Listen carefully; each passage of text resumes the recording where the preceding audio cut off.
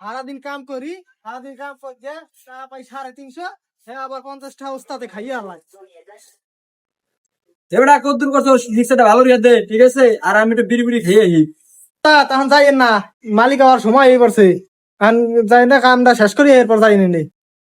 ওই সুধীর ভাই তো হ্যাঁ সময় হইবে, একটা বিড়ি খামু, সারাদিন কাম করছি, এটা বিড়ি খামু, আর বিড়ি খাওয়ার সময় আবে সুধীর ভাই। তুই এরকম করো পিছনে যে থাক, আমি কোনো ভয় পাই নি বেড়া। কেডা অবস্থা আপনি? হ্যাঁ মুই, তোরা যে যে ওস্তাদের পিছনে গালাগালি করস তো তোর চাকরি বন্ধ, তোরা কালকে একটা কাজে যাবি। ওস্তাদ নতুন বিয়া করছি, মগো কাম কাজ খাইয়েন না, বউগুলো মিলে কি খাম ওস্তাদ।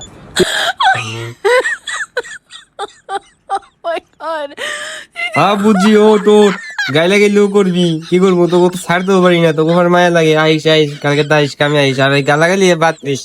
দেখছো ওস্তাদের কত ভালো, আর গাইলে ভালো আছে।